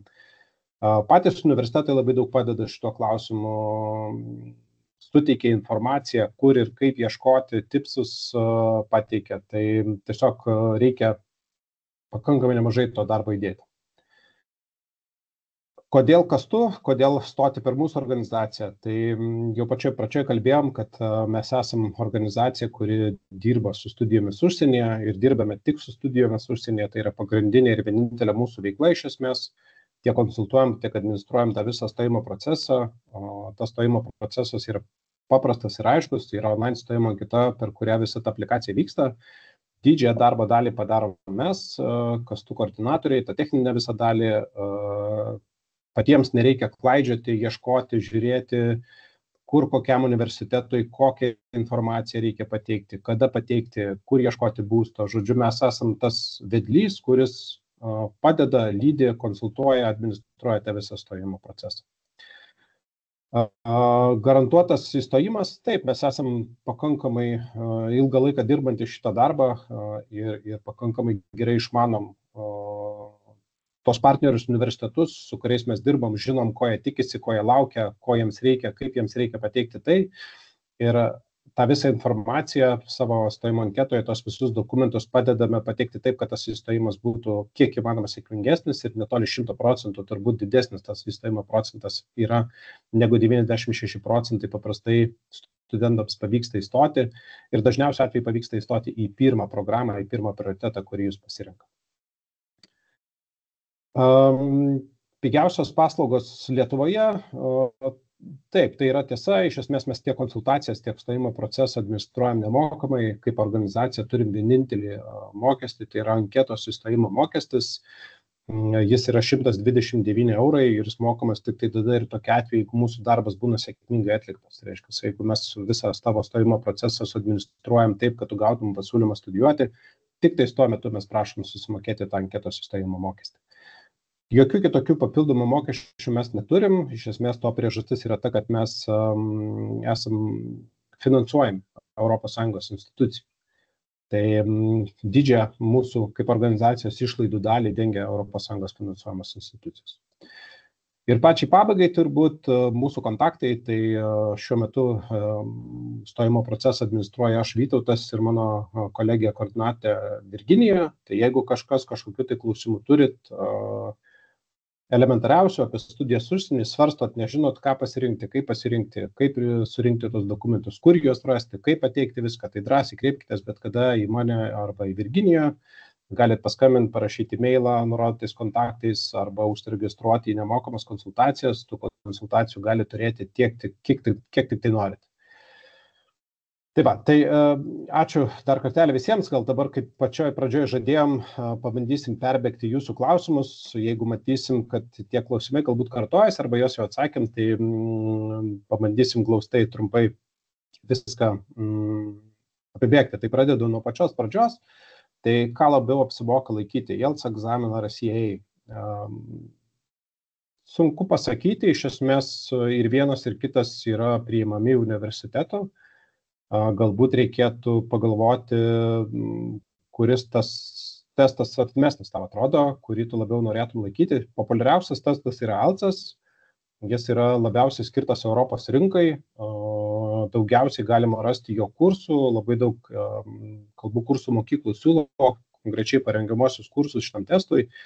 Tai pats testas kainuoja virš 200, apie 220 eurų, jį galima laikyti bene kiekvieną sekmadienį, tai galbūt rekomenduočiau laikytis IELTS, bet ir vienas ir kitas testas tinka. Tai kurį iš esmės, kuris tau atrodo artimesnis, kurį labiau norėtum laikyti, tą ir gali laikyti. Ar tarptautinio bakalaurato programą baigę vis tiek turi turėti TOEFL arba IELTS? Tai ne. Tas, kas studijuoja IB, tie yra atleisti nuo tarptautinio anglų kalbos testo laikymo, tai jeigu IB programai studijuoja, nereikia laikyti. Ar studijos užsienyje daug praktikos suteikiama atlikti, ar daugiau tik teorijos? Tai čia galbūt Karina irgi gali dar pasidalinti, nes jau kalbėjo apie tai. Jo, tai aš kaip ir sakiau, tai labai priklauso nuo studijų programos, bet bent jau mano, jeigu studijų programai, tai tos praktikos yra labai daug. Aš manau, ir Vytautas irgi kaip prieš tai minėjo, kad galbūt Applied Sciences jie turi daugiau praktikos negu tie universitetai, tai tikrai tų projektų labai daug įvairiausių, tai čia labai priklauso nuo studijų programos, bet bent jau pas mus irgi, kiek žinau, įvairiausi turizmo ar hospitality irgi, jeigu studijuoji, tai ir vyksta įvairiausios šalis projektus ir praktikos labai daug ir įvairiausių renginių turi, tai čia manau, kad tikrai ypatingai Applied Sciences tai labai daug praktikos turi. Taip, turbūt čia Applied Sciences universitetų tas išskirtinis dalykas, kad tai yra universitetai, kurie yra orientuoti į praktiką, projektinę veiklą, tai ten jos tikrai netrūksta. Dariau, aš nežinau, ar tu turi kažkokį pastebėjimą apie praktiką savo studijų metu? Jo, turėjau. Tai čia, bent jau čia studijuojant pas manęs universitete, tai 3 metus turėsi praktiką po kažkiek mėnesių, ne, aš tikrai to nežinau, bet jau pirmais metais jau turėsi projektą, kuris truks 3 mėnesius, kurį turėsit padaryti, tai vos ne kaip savo verslą sukurti tokį nedidelį. Taip, nes Taip, tos praktikos tikrai yra, nėra viskas teorija. Jo. Ar užsienio universitetai padeda rasti gyvenamą vietą? Tai galbūt irgi Dariau pasidalink savo patirtim, ar teko bendrauti su universitetu, kreiptis į dėl būsto? Aš jiems buvau parašęs, bet aš atsakymo jokio naudingo negavau iš jų, kad man padėtų. Nežinau, kitiem gal padeda, bent jau mano situacija, tai aš negavau jokios naudos iš jų. Karina? Man kaip tik atvirkščiai, iš tikrųjų aš neradau būsto labai ilgą laiką, ieškau nuo pavasario ir teko kreiptis į draugę, kuri gyvena kitame mieste, tai teko biškį pavažinėti apie 1,5 valandos nuo savo miesto. Tai ten užsibūti ilgai negalėjau, pagyvenau kelias savaitės ir vėliau teko kraustis į Airbnb. Tikrai buvo labai prasta situacija, tai aš parašiau universitetui, kad tikrai labai labai prastai ir neturiu būsto ir nežinau, ką daryti. Ir man jie kaip tik surado būstą ir tą būstą, kuriame gyvenau, va dabar tos 2,5 metų, tai buvo būtent universitetas, kuris pasiūlė, tai šiaip iš tikrųjų tikrai rekomenduoju, nes niekas neduos per galvą, kad jūs pabandysit, tai tikrai verta parašyti, nes galbūt nebus kažkas wow, kartais būna, kad pasiūlo labai brangias opcijas, bet aš manau, ypatingai pirmiem mėnesiam aš jau buvau pasiruošus ten ir 1000 mokėti, kad tik tai nebūčiau visai jau ten be nieko, tai jo, jeigu aišku yra galimybė, tai tikrai būna pasiūlo, tai tikrai verta pabandyti yra. O gal galite pasidalinti, kiek kainuoja jūsų būstas nuomams? Aš mokėjau 4,50 per mėnesį, turėjau savo nuosavą virtuvę, Tai teko dalintis tik tai dušu ir tualetu su 2 merginom. Tai man kažkaip labai pasisekė su tuo, kad toks labai mažas, jaukus, negyvenau kažkokiam labai studentų dideliam name, bet jo. Aš nuomos Dariau? moku 580 eurų, bet virtuvę reikia dalintis su 2 žmonėm. Okay, O supratau. tualetas, Reiškias- dušas, viskas privačiai. Liuks. Jo, tai dar papildysiu tuo, kad iš esmės ta pagalba priklauso nuo pačio universiteto. Vieni padeda nukreipdami į savo partnerės agentūras, kiti daugiau, kiti turi savo būstą, tai yra dalis universitetų, kurie šitais klausimais labiau padeda, bet kaip ir Karina sakė, niekas per galvą neduos ir iš tikrųjų universitetui reikia rašyti ir kreiptis, jie paprastai nurodo pas save tinklapyje tuose accommodation skirtose saituose kontaktus, tai nebijokit rašyti vieną kartą, negaunat atsakymą antrą ir trečią, tikrai yra patirčių, jeigu kas iš čia dalyvaujančių praeitą mėnesį buvo prisijungę į webinarą, taip pat mergina Julija dalinosi savo patirtimi, jinai studijuoja, gyvena Nimigeno mieste.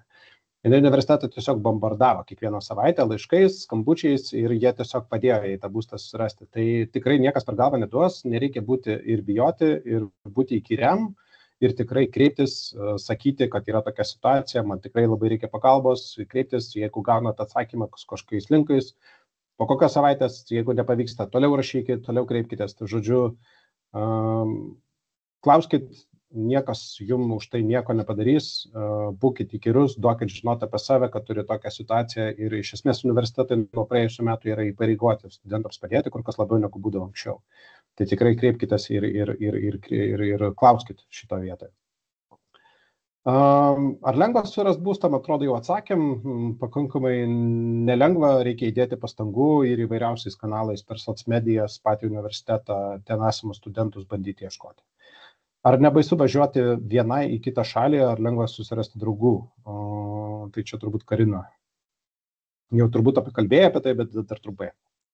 Jo, tai tikrai baisu buvo labai, aš manau, visiems yra ta nežinomybė, tu nežinai, ko tikėtis, ar nebūsi vienas ir nesėdėsi paskui 3 metus vienas kambarį, verkdamas, kodėl aš pasirinkau šitą kelią, bet aš manau, kad tikrai labai verta rizikuoti ir sakau, jeigu aš šiaip esu toksai, galbūt nesu visiškai ekstravertė, kartais mėgstu ir tą introvertę pabūti, tai man apskritai buvo labai baisu, nes nežinau, kaip čia bus tiek su draugais, tiek su viskuo, bet jeigu, sakau, nesėdėsit savo kambarį, bet tikrai eisit, bandysit, bendrausit, tai tikrai tų draugų susirasti manoma ir ką iš tikrųjų labai rekomenduoju, tai orientacinė savaitė, jinai būna praktiškai visose universitetuose, tai yra geriausias būdas susipažinti iš tikrųjų su savo kursiokais, susiras draugų ir būtent mano visi draugai, su kuriais šiais metais ir į kelionės vykau, tai yra būtent iš orientacinės savaitės, tai čia labai tikrai didelis patarimas, kad jeigu vykit anksčiau, vien tam, kad turėtumėt galimybę sudalyvauti orientaciniai savaitėje, kad tikrai susipažinti, nes tiek jums jaukiau vėliau einant į universitetą, nes jau pažįstat kažką, tai tiek jo, bet čia sakau, turi iš savęs ateiti, kad tikrai turi dėtas pastangas, kad eiti pažindintis, o ne nestovėt kamputį ir laukti, kol kažkas prie jūsų prieis, tai baisu labai, bet jeigu bandysi, tai tikrai verta. Dariau, kaip tu savo patirtim vykai ne vienas, bet kaip tau sekėsi pačioje pradžioje?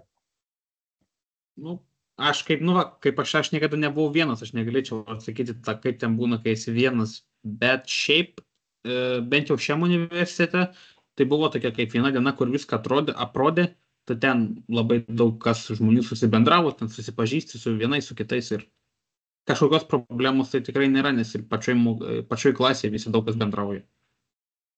Jo, tai čia turbūt tas skirtinumas ir yra, kiek tenka su studentais, kurie ten išvyko bendrauti, komunikuoti, tai kaip ir Karina sakė, ta pagrindinė introduction weekai, tie vadinami, iš esmės su kiek studentų bendravau, tai visi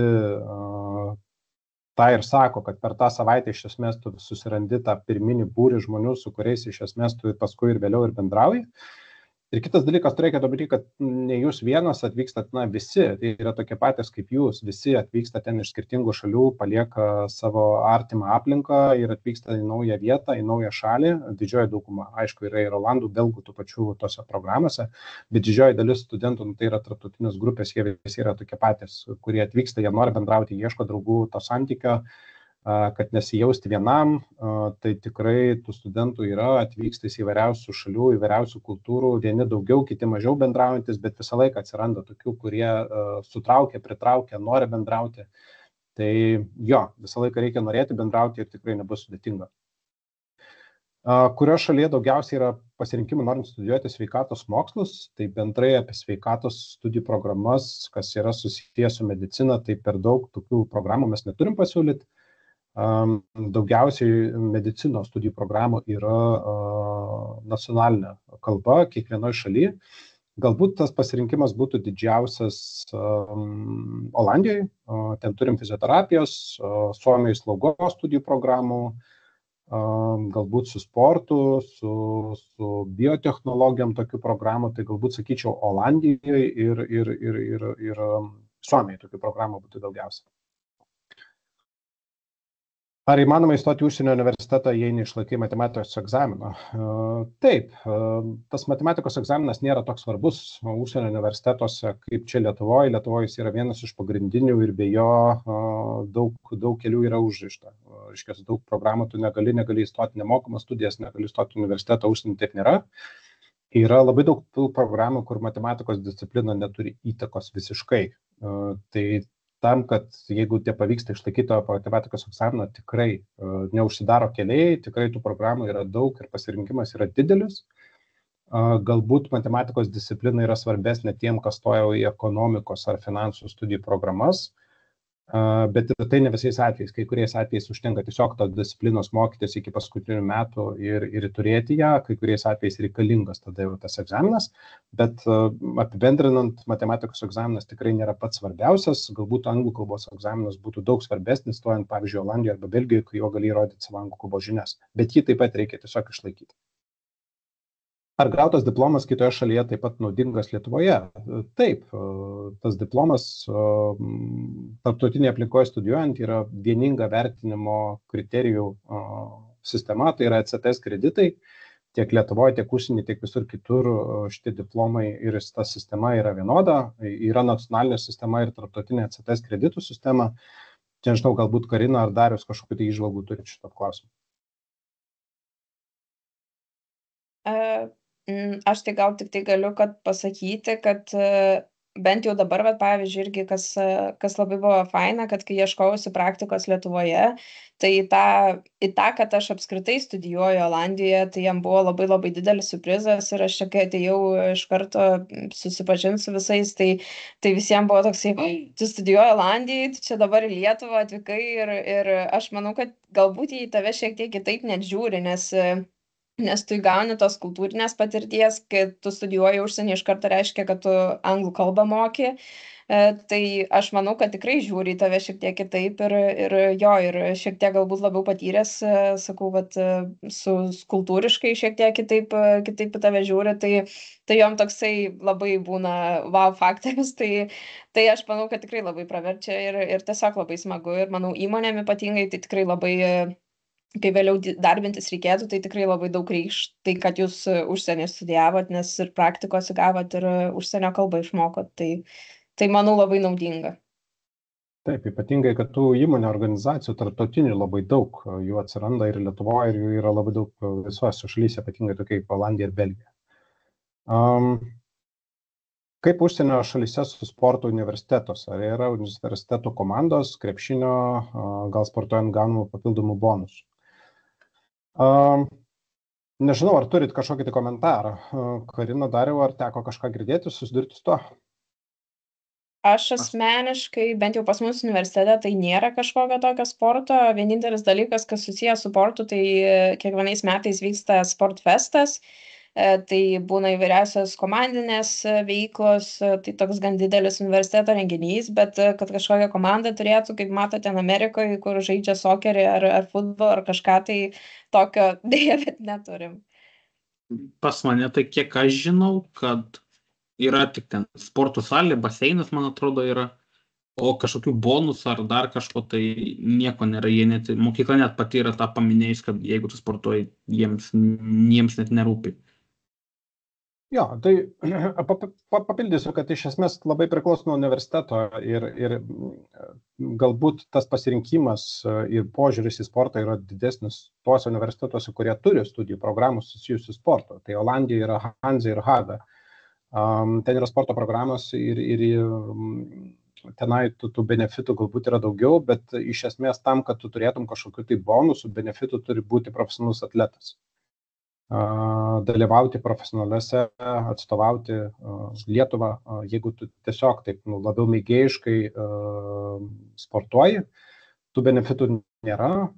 Paprastai universitetai turi sporto centrus, vieni didesnius, kiti mažesnius. Jeigu jie patys jų neturi, tada jie turi tame mieste kažkokius tai partnerystės su sporto centrais, kuriuose tu gali sportuoti, gali prisijungti prie to sporto centrų siūlomų kažkokių tai komandų. Žodžiu, galimybės yra, bet kaip ir Karina sakė, taip kaip Amerikos modelis arba Anglijos, kur ten yra benefitai sportininkams, kur tu atvyksti profesionaliai sportuoji ir už tai tu turi stipendijas kažkokias, tai dar kažką, tai tas nėra taip populiaru Olandijoje arba Belgijoje. Kokiose konkrečiai studijų kryptėse matematikos egzaminas būtinas? Tai kaip ir minėjau, ekonomika, finansai, pagrindinės tos šakos, į kurias jo reikia, net didelė dalis, sakyčiau, turbūt inžinerinių programų, bet irgi priklauso nuo univero, nes Olandijos atveju Twentes universitetas, jie turi labai daug inžinerinių programų, ten matematika yra būtina, kai kuriais atvejais užtenka tiesiog Danijos atveju, tarkime, SDU inžinerinės programos užtenka matematikos išklausytų valandų. Žodžiu, to matematika nėra tas pagrindinis dalykas, bet jeigu ekonomika, dalis inžinerinių programų, finansai, tai yra tos sritys, kur ta matematika turi svarbesnį vaidmenį. Kaip veikia stojimai į universitetą po gap year?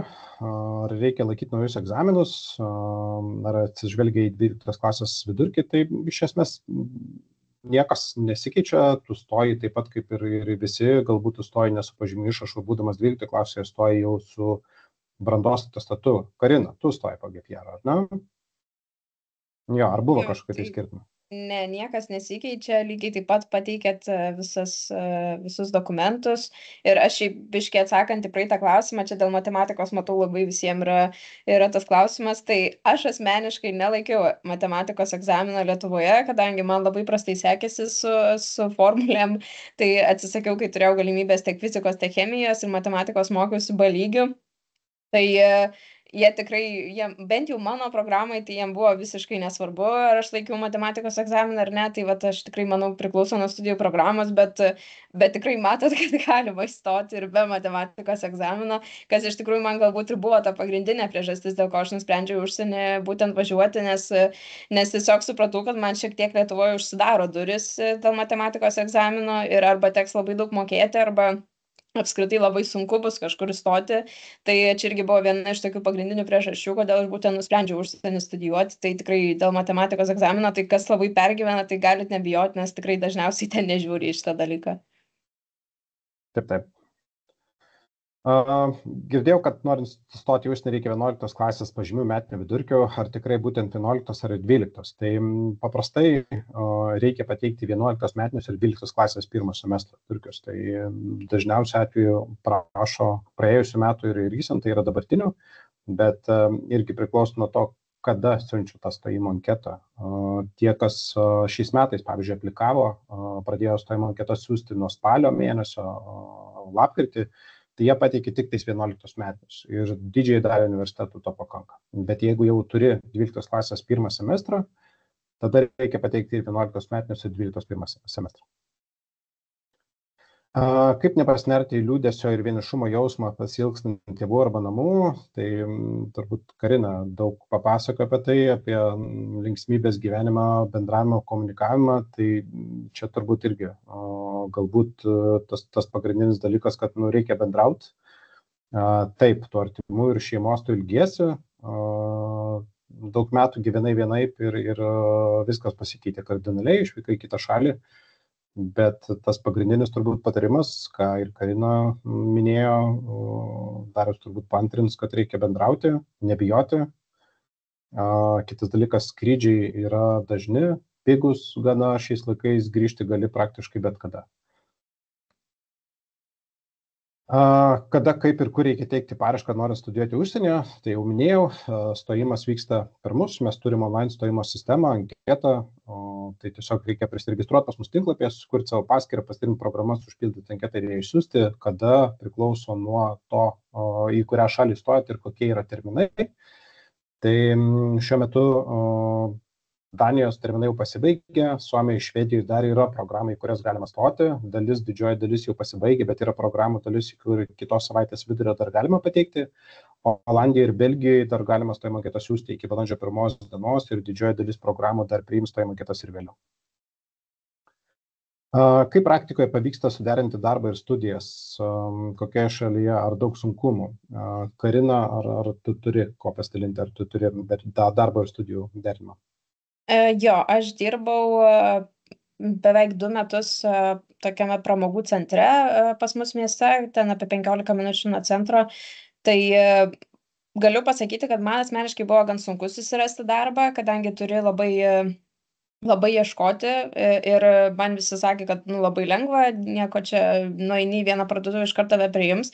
Tai man teko šiek tiek paieškoti ir, žodžiu, pasinerti iš kailo, kad rasčiau aš darbą, bet suderinti tikrai įmanoma ir aš asmeniškai savo kompanijoje dirbau nuliniu kontraktu, kas reiškia, kad aš pati dėliojuosi grafiką. Tai tu gali susidėlioti valandas, kada tau yra patogu. Tai tikrai, jeigu vakarais ypatingai dirbti, tai tikrai nėra sunkumų ir gali pasiderinti ir tikrai būdavo, kur dirbdavau net ir po 4-5 dienas per savaitę tokiu, žodžiu, daliniu darbu. Tai kadangi bent jau pas mane studijos vyksta daugiau praktiškai nei teoriškai, tų paskaitų jau daugiausiai būna pačioje pradžioje, rugsėjo, spalio mėnesiais, vėliau dažniausiai būna individualus darbas arba grupinis darbas, tai labai dažnai tikrai galit pasidėlioti ir susiderinti labai lengva, ypatingai savaitgaliais, jeigu tikrai turit galimybę, tai ten dirbti galit ir daugiau, tai aš manau labai priklauso nuo kompanijos, bet jeigu dirbat jo tokiuose populiaresnėse, aš žinau, kad Albert Heinas, kas yra viena didžiausių supermarketų tenai Nyderlanduose, tai jie samdo labai daug darbuotojų, tai va čia irgi toks tipsas, jeigu kažkas eis, tai visą laiką priema. Tai tikrai lengva, tikrai nėra sudėtinga, labai priklauso nuo jūsų, kokį rasi darbą ir kaip susidėliosit grafiką. Dariau, kokia tavo situacija, ar ieškai, dirbi, ar kol kas ne? Tai ne, aš niekur nedirbu, bet kiek žiūrėjau, tai bent jau čia Belgijoje, tai čia šitam regione West Flanders, tai jie daugiausiai nori belgų arba prancūzų kalbos, su anglų nelabai kažką pavyksta. Nebent yra Uberį gali dirbti, maistą vežioti. Jo, vienas iš tų populiaresnių turbūt vaikinų tarpe, kiek teko paskutiniu metu bendrauti su studentais, tai siuntos, maistas, šitie visi, kur irgi pakankamai lengvai galima tas darbo valandas suderinti. Tai turbūt atsakėme ir kitą klausimą, ar sunku rasti tą darbą, tai pakankamai nelengva, reikia įdėti pastangų, bet tikrai įmanoma. Pragyvenimo mėnesių kaina kokia, galbūt irgi čia savo patirtim galite pasidalinti. Mano asmeniškai tai irgi labai priklauso nuo to, ką aš veikiu. Jeigu aš tą mėnesį daugiau skiriu laisvalaikiu, tai yra kažkur išėjimų su draugais, galbūt išėjimų kažkur pasisėdėti ar tą patį, nežinau, klubą nueiti ar kažką tokio, tai tu gali daug išleisti. Jeigu tu tą mėnesį šiek tiek pataupai ir neperki ten kažkokių labai brangių produktų, tai gali šiek tiek mažiau. Tai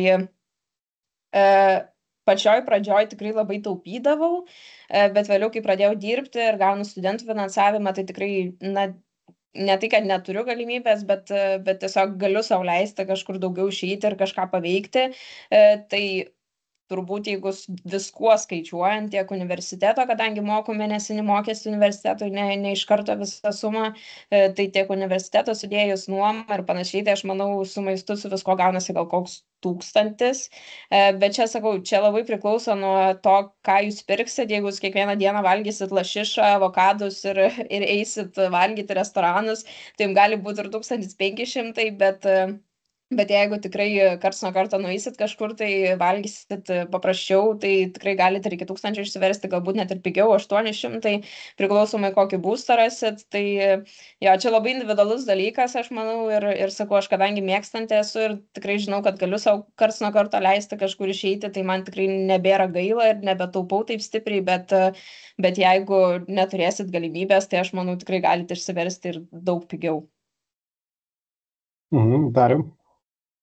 Nu, mum automatiškai viskas gaunasi dvigubai daugiau ir viskas, bet viskas dalinasi, tai per mėnesį vienam žmogui 600 arba 700, bet čia jau su nuomu. Viskas yra įmanoma. Taip, tai labai individualu, kaip ir Karina labai puikiai pasakė, labai priklauso nuo to, ką tu mėgsti veikti ir kokie yra tavo poreikiai. Iš esmės, tai tos mėnesinio pragyvenimo išlaidos didžioji dalis turbūt yra būstas, o tada kita dalis yra maistas, pramogos ir trečia transportas. Bet tarkim, aš dar noriu apie tą pragyvenimą pasakyti. Yra, tarkim, kai čia važiavom, tai bent jau visi sakė, kad čia viskas bus brangiau, maisto produktai viskas, bet iš tikrųjų taip nėra. Čia netgi pastebėjau, kad daug dalykų yra tikrai pigiau Belgijoje nei Lietuvoje. Tai kad neišsigąskit kainų, kad visi sako, kad va, čia brangu, iš tikrųjų niekas čia nėra brangu. Taip, čia jau teko iš nemažos dalies studentų kalbėti. Taip, kai kas yra brangiau, kai kas yra pigiau, galbūt reikia paieškoti, pasidaryti tų akcijų, nuolaidų, skirtingas parduotuvės išsirinkti, bet kai visą šitą praeini, tada pragyvenimas tas nėra toks iš tikrųjų ir brangus. Kaip sužinoti informaciją dėl gyvenimo barakuose, kiek kainuoja gyventi barakį mėnesiui, tai ta informacija yra prie kiekvieno universiteto aprašymo, tiek pas mus tinklapyje yra išskirtas skiltis apgyvendinimas, ar tas universitetas turi bendrabučius ir jeigu turi, kiek kainuoja. Tai tenai ta informacija yra ir tie barakai jų kainos labai panašios, taip kiek jūs nuomotumėtės būstą privačioje rinkoje iš esmės, nes didžioji dalis tų bendrabučių yra ne universiteto, tai yra agentūrų, su kuriom jie dirba ir ta kaina yra labai panaši, tai jinai prasideda nuo 450–500 eurų mėnesių. Tai jeigu domina kažkuris universitetas, nueikit pas mūsų tinklapį, jo aprašymą skiltyje apgyvendinimas, ten bus visa ta informacija. Kaip atrodo barako kambariai, kokie gyvena kambarioko, tai iš esmės labai priklauso. Yra įvairiausių pasiūlymų, yra kur tu gali studiją nuomotis, jinai yra brangesnė, yra kur tu gali gyventi su 6, tarkim, žmonėm ir dalintis virtuvę, tarkim, tualetų, gali turėti viską išskyrus virtuvę.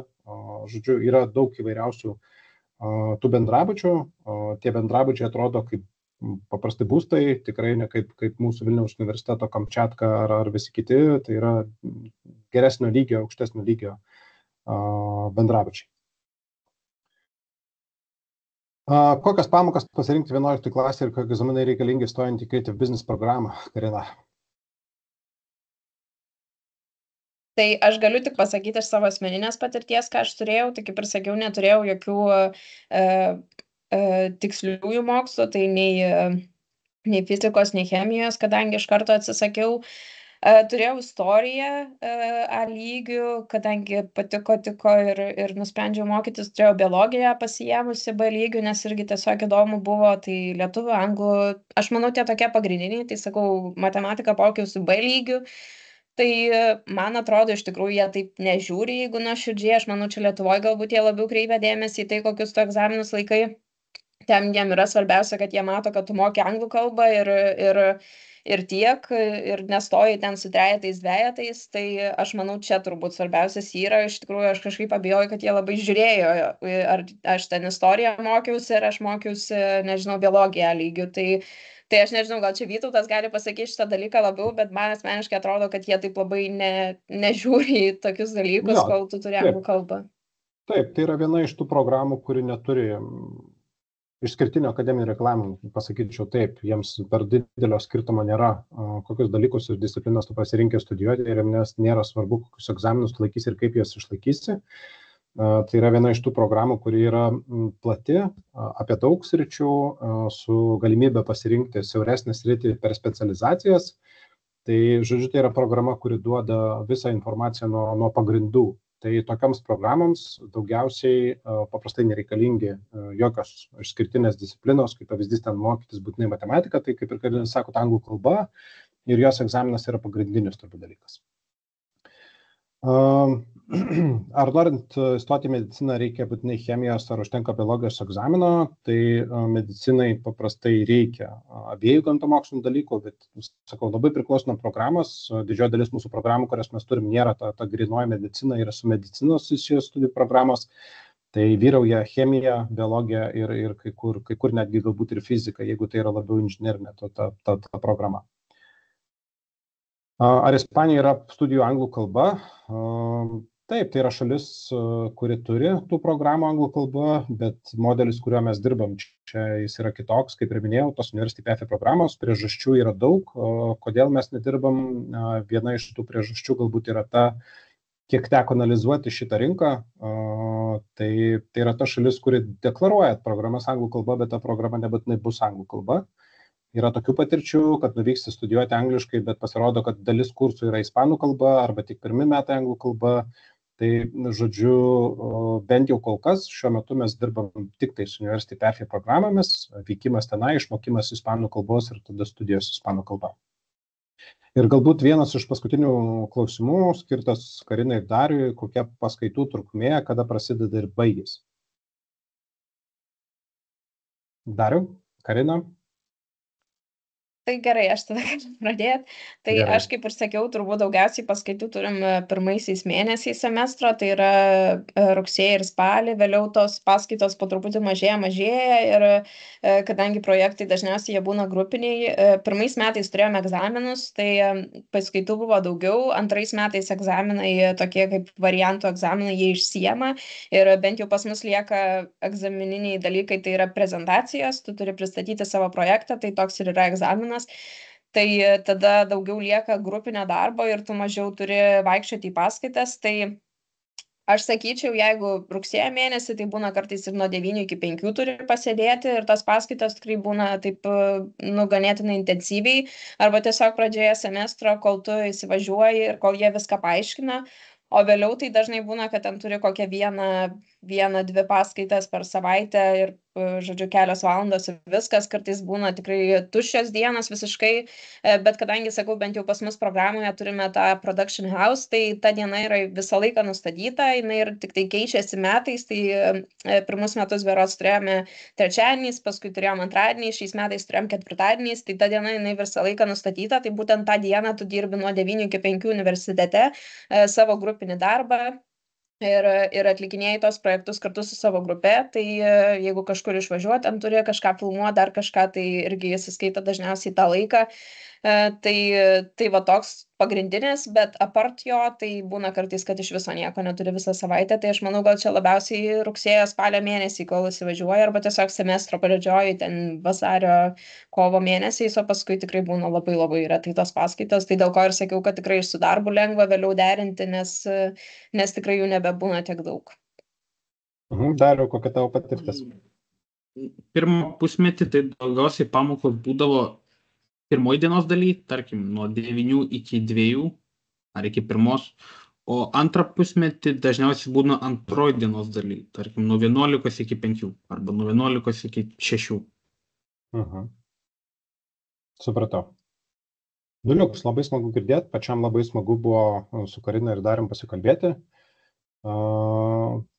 Pats išgirdau įdomių dalykų, pasakojimų, dalykų, kurių dar negirdėjau, jūsų asmeninis patirtis, smagu klausyti. Tai dėkoju Karinai, Dariui, dėkoju visiems, kas buvot prisijungę, kas klausėt, kas uždavėt klausimus. Jeigu tų klausimų dar liko, jeigu jų atsiras, drąsiai rašykit, kreipkitės į mane arba Virginiją. Karina paliko savo kontaktus, kad spėtų nusikopijuoti, tai irgi gali parašyti. Mano kontaktai, jei kažkas norėtų parašyti, tai yra tiesiog vardas ir pavardė visur ir Facebook'e, ir Instagram'e, kam reikės. Taip, Darius Lukauskis, jeigu ką. Tai ką, dar kartelį ačiū, gero visiems vakaro ir iki.